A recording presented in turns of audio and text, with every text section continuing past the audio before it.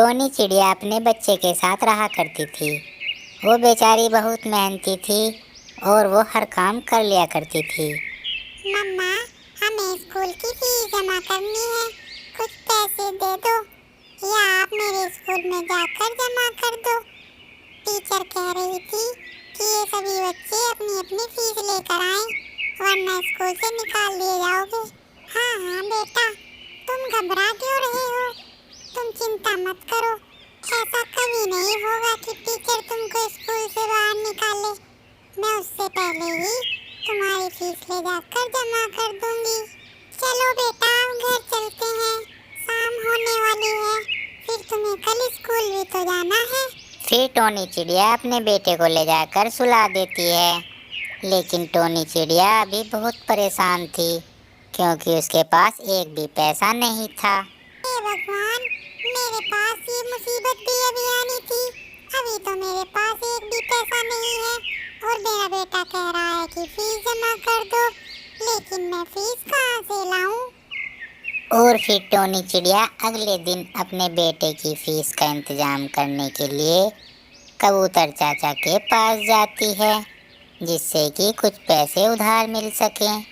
और उनके पास जाकर कहती है, कबूतर चाचा, मुझे कुछ पैसे उधार चाहिए, क्योंकि मुझे अपने बेटे की फीस जमा करनी है।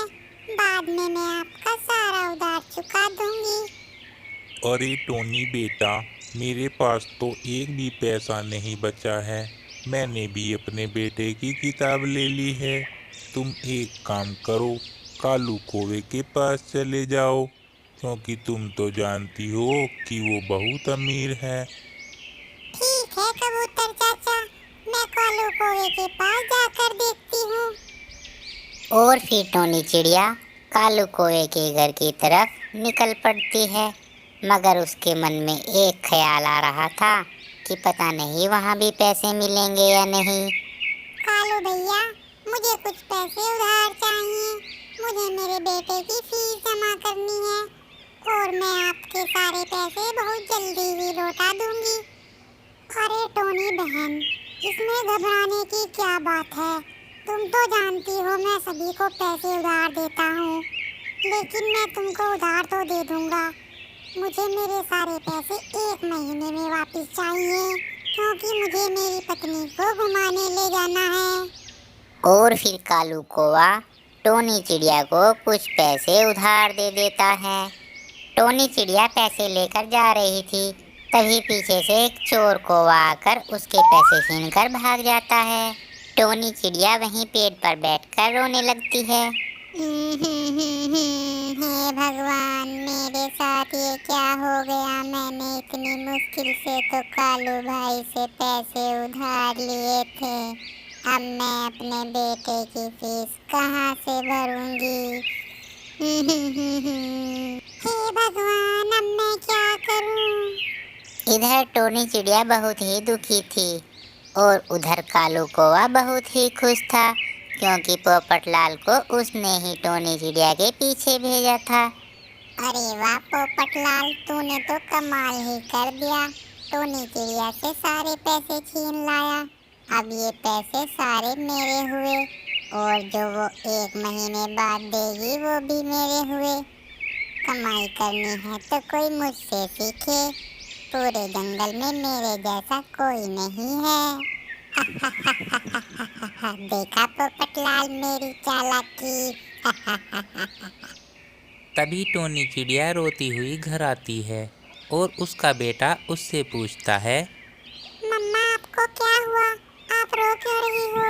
बेटा, मैं तुम्हारी फीस भरने के लिए कालू भैया से कुछ पैसे उधार लाई थी, लेकिन रास्ते में एक चोर कौवा उन्हें छीन कर ले गया। बेटा, मैं सोच रही हूँ कि क्यों ना हम तरबूज की खेती कर लें। आजकल तरबूज बहुत महंगे बिक रहे हैं। और फिर वे दोनों माँ बेटा बातें करते करते सो जाते हैं। और फिर टोनी चिड़िया अगले दिन सुबह सुबह उठकर तरबूज के बीज लेने के लिए निकल जाती है और कुछ देर बाद वो तरबूज के बीज लेकर वापस आ जाती है। और फिर टोनी चिड़िया उन बीज को अपने खेत में बो देती है। टोनी चिड़िया बहुत खुश थी। वो सोच रही थी कि उसकी फसल बहुत अच्छी हो, जिससे वो अच्छी कमाई कर सके। और फिर वो जब कुछ दिन बाद अपने खेत पर जाकर देखती है तो बहुत खुश हो जाती है, क्योंकि उसके खेत पर तरबूज लग गए थे। अब वह बहुत खुश थी। अरे वाह, जैसी मैंने सोची थी वैसी ही फसल हुई है। अब मुझे किसी भी चीज की कमी नहीं होगी। अब मैं अपने बेटे की सारी फीस जमा कर दूंगी, जिससे वो आगे अच्छे से पढ़ता रहे। इन तरबूजों को बोरी में भरकर घर ले जाती हूँ और कल बाजार जाकर बेच आऊंगी। और फिर टोनी चिड़िया उन तरबूजों को बोरी में भर के अपने घर ले जाती है, जिससे वो कल बाजार में ले जाकर उन्हें बेच सके। टोनी चिड़िया उन्हें घर लाके रख देती है और आराम से सो जाती है, लेकिन वो सुबह होने का इंतजार कर रही थी। और फिर टोनी चिड़िया अगले दिन उन तरबूजों को अपनी ठेली पे रख के बाजार में बेचने के लिए निकल जाती है। आओ आओ मेरे मीठे तरबूज और रसीले तरबूज खाओ। आओ आओ, बहुत मीठे तरबूज हैं। उसकी आवाज सुनकर एक अमीर चिड़िया उसके पास आती है। अरे तरबूज वाली, तरबूज किस भाव दिए हैं तुमने? तरबूज तो तुम्हारे बहुत सुंदर सुंदर हैं। तुम ऐसा करो कि ये सारे तरबूज मुझे दे दो। और मेरी बात सुनो, जब भी तुम तरबूज लेकर आओगी तो हर बार सारे तरबूज मुझे ही दे दिया करना।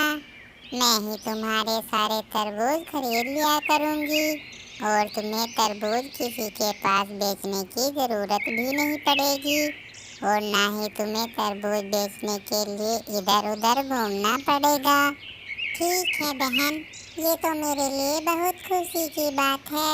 अब तो मुझे कहीं भी जाना नहीं पड़ेगा।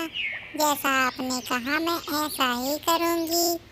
मैं कल से ही आपके लिए तरबूज ले आया करूँगी। और फिर अगले दिन चिड़िया अपने सारे तरबूज उस चिड़िया को बेचने के लिए उसके पास ले जाती है। उन तरबूज के बदले वो अमीर चिड़िया टोनी चिड़िया को बहुत सारे पैसे देती है, जिसे पाकर वो बहुत खुश थी और घर की तरफ चल देती है। अब उसका काम बहुत अच्छा चल रहा था और टोनी चिड़िया बहुत अच्छा पैसा भी कमा रही थी। अब उसे किसी चीज़ की परेशानी नहीं थी। और फिर टोनी चिड़िया एक दिन अपने बेटे के स्कूल में जाती है और मास्टर जी से मिलकर उसके पूरे साल की फीस जमा करा देती है, जिससे कि मास्टर जी आगे से उससे फीस के लिए ना कहें। और फिर एक दिन चिड़िया कालू कौवे के पास भी जाती है, क्योंकि उसने उससे कुछ पैसे उधार लिए थे जो उसे चुकाने बाकी थे, और वो जाकर उसका पैसा भी लौटा देती है। अब उनके ऊपर किसी का कर्ज नहीं था। दोनों माँ बेटा बहुत खुश थे और खुशी खुशी से अपना जीवन बिता रहे थे। ऐसी और अच्छी अच्छी कहानियाँ देखने के लिए हमारी वीडियो को लाइक करें, चैनल को सब्सक्राइब करें और बेल आइकन दबाना ना भूलें।